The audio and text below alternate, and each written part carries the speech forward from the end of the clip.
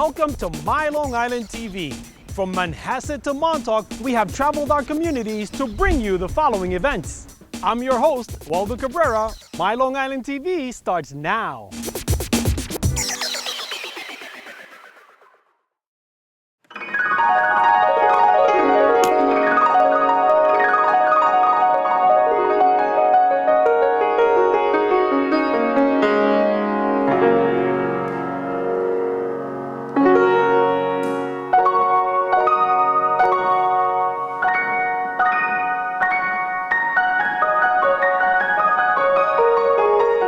I was diagnosed with some small motor skills, some underdevelopment.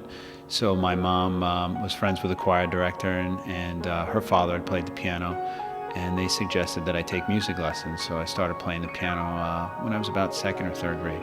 It helped a little bit because I had a little bit of dyslexia too, and I guess when you're doing the scales and going right and going left, you really have to focus in a little bit on your articulation with your fingers, and so that helped, cure me of some of those problems.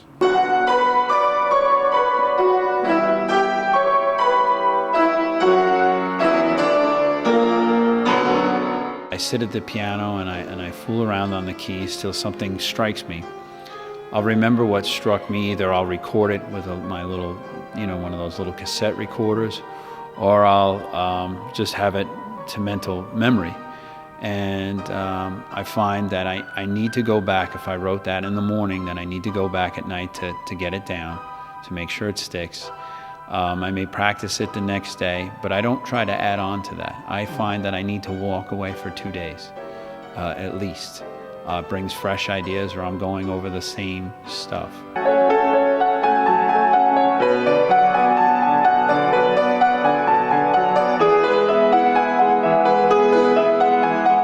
One of the other reasons I started writing music was because I was book read. That's how I was taught. I have a decent ear, but I don't play by ear, which means someone that may hear like a Billy Joel piece would be able to go and sit down and knock that out because they have a very good ear and pitch and memory. For me, that was the other problem when I was a kid. Someone asked me to play. One, I got a little nervous because I didn't play out too much, and two, if I didn't have the books in front of me, I couldn't play it. And that was frustrating. So what am I going to do, carry all my books around with me? So another reason for the writing of the music was I'd have stuff that I'd have to know because I wrote it. And that is where I find to be a lot of fun with the kids, is getting them to write their own music. We don't discourage anything. If it's some crazy sounding stuff, that's okay. We get it down and they feel good. And they want to play their song for you every lesson. I like working with beginners and moderates, but because of my music and composing and writing, I tend to do more of that, and I take on very few students just because I feel that whatever student I'm with, I need to devote 100%.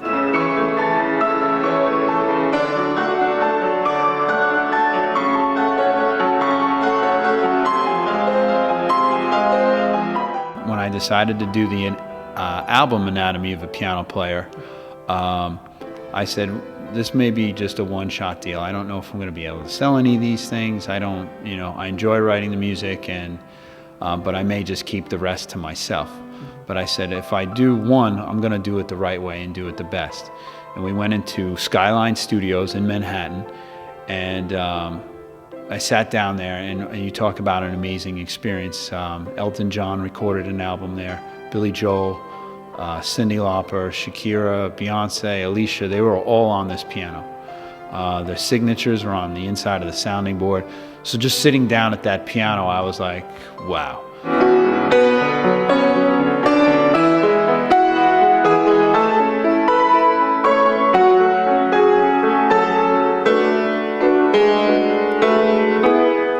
What I've been finding is I've been picking up the blues a little bit, just because I'm trying to get a little bit more out of my genre a little bit and mix up the beats a little bit.